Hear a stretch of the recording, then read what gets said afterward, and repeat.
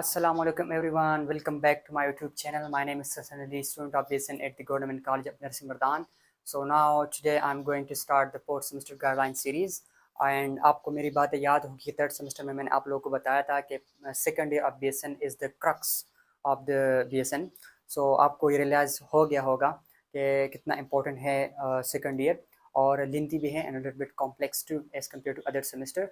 सो जो fourth semester है ना, मैं आपको बताता हूँ स्टार्ट से. मैं आपको डरा नहीं रहा, मैं आपको इन्फॉर्म कर रहा हूँ ताकि आप स्टार्ट से कॉन्शियस हो और अच्छे से पढ़ लो कि फोर्थ सेमेस्टर जो है ना वो थर्ड सेमेस्टर के एज कंपेयर लेंथी भी है, ठीक है, in terms of content.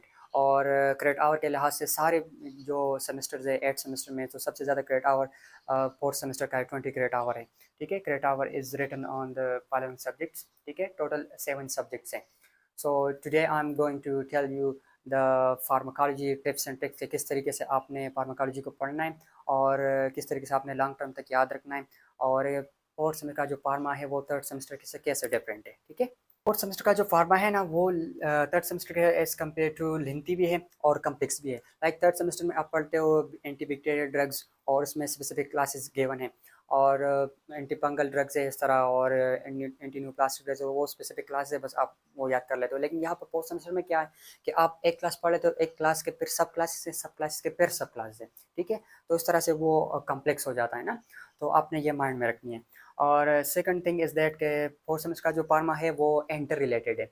Like third chapter है फार्माकोलॉजी का एडिनर्जिक चैप्टर, तो उसमें जो आप ड्रग्स पढ़ लेते हो तो वो ड्रग्स जो आने वाले चैप्टर्स है लाइक कार्डियोवास्कुलर ड्रग्स और रेस्पिरेटरी सिस्टम में ENT ड्रग्स, तो वहाँ पर वो ड्रग्स रिपीट होती है, वो क्लास रिपीट होती है, ठीक है. सो आपने इस तरीके से लिंक करके पढ़ना है. मैं आपको एंड में स्ट्रेटजी दूंगा कि किस तरीके से आपने अप्रोच रखना है फोर्थ सेमेस्टर के फार्मा को, और I mean how you can approach to the fourth semester pharma so that you can remember it easily for long term, ठीक है. And the third thing is that जो fourth semester का pharma है वो system wise है. Total 7 chapters है system wise, इस तरह से कि एंडोक्राइन सिस्टम ड्रग्स है और रेस्पिरेटरी सिस्टम ड्रग्स है, सेंट्रल नर्वस सिस्टम ड्रग्स है, तो उस तरीके से सिस्टम वाइज ड्रग्स है, ठीक है. एंड रिकमेंडेड अप्रोच ये है कि फर्स्ट आप ये कर लो कि थर्ड और फोर्थ जो चैप्टर है एड्रेनर्जिक ड्रग्स और कोलिनर्जिक ड्रग्स, तो ये अच्छे से कर लो, ठीक है. These are the most important chapters of the fourth semester pharma. So वो जब आप कर लेते हो उसके बाद आपने कार्डियोवास्कुलर ड्रग करने हैं, रेस्पिरेटरी ENT, और उसके बाद फिर आपने नर्वस सिस्टम ड्रग्स पे आना है जो सेकंड चैप्टर है, एंड देन एंडोक्राइन सिस्टम जो ड्रग्स है, ठीक है. तो उस तरीके से ये अप्रोच अगर आप लोगे तो you will remember it for long term और आपको ईजी होगा. This strategy is used by myself and my classmates and also told by my seniors, ठीक है. तो आपने लिंकिंग स्ट्रेटेजी अपनानी है, जिस तरह से मैंने आपको बताया कि फॉर एग्जांपल आप एड्रेनर्जिक चैप्टर में ड्रग्स पढ़ लेते हो, उसमें ड्रग्स है बीटा ब्लॉकर्स, तो जब आप कार्डियोवास्कुलर सिस्टम में जाते हो ना तो वहाँ पर एंटी हाइपरटेंशन ड्रग्स है, तो वो ड्रग्स वहाँ पर रिपीट हुए हैं, ठीक है. तो आपने इसको लिंक करना है, ठीक है. कुछ ड्रग्स जो है ना पहले चैप्टर्स में गिवन है और उसी सेम क्लास के ड्रग्स फिर जो है ना उधर नहीं गिवन, उसमें कुछ न्यू ड्रग्स है, तो आपने वो ड्रग्स जो है ना एक साथ फिर लिख लेने हैं ताकि आप फिर कंफ्यूज ना हो, ठीक है. The other thing is that कि आपने जो फेमस ड्रग्स है ना तो उनके ब्रांड नेम्स और जेनेरिक नेम को याद रखना है, ठीक है. मैंने आप लोग को थर्ड सेमेस्टर में बताया कि डेली बेस पे अपना एक हैबिट बनाएंगे, जो भी आप क्लिनिकल पे जाते हो या फिर आप घर में भी जो मेडिसिन वगैरह यूज़ होती हैं, तो आप उन मेडिसिन से वो काट लो, वो जो पेज होता है जिसमें नेम वगैरह होता है, तो आप अपने जेब में रखो, जो भी है आप अपने साथ स्टिकी नोट रखते हो और डेली बेस पे उसको एटलीस्ट आप 2-3 ड्रग्स इस तरह से आप याद रखते हो ना, सो आपको ईजी होगा.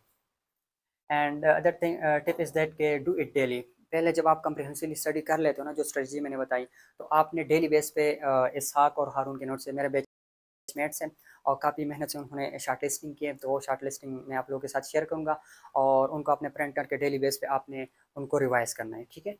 And other thing is that कि understand physiology then pharma will be easy. देखिए आप एंडोक्राइन सिस्टम के ड्रग्स पढ़ रहे हो और आपको फिजियोलॉजी नहीं पता कि एंडोक्राइन सिस्टम होता क्या है और कैसे वो फंक्शन करता है, पिट्यूटरी ग्लैंड के आप ड्रग्स पढ़ रहे हो, तो आपको डिफ़िकल्टी होगी. तो सबसे पहले आपने फिजियोलॉजी को समझना है, ठीक है, कि हाउ नॉर्मली थिंग्स वर्क्स, ठीक है. और उसके बाद फिर आपने अंडरस्टैंड करना है कि एगोनिस्ट यहाँ पर कौन से, एंटागोनिस्ट क्या है, और जो सारे ड्रग्स हैं, ठीक है. And the other thing is that के द लास्ट वन टिप, कि मैंने मेक निमोनिक्स विद ChatGPT, मैंने आप लोगों को तो बताया था कि ChatGPT को आपने किस तरीके से अपनी स्टडी में यूज़ करनी है।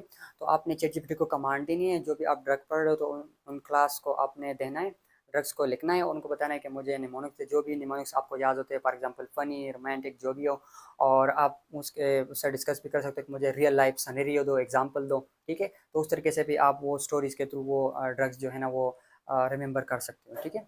So that's all about pharmacology, and I hope so that will help you pharmacology journey. So stay tuned for the next video. Allah Hafiz.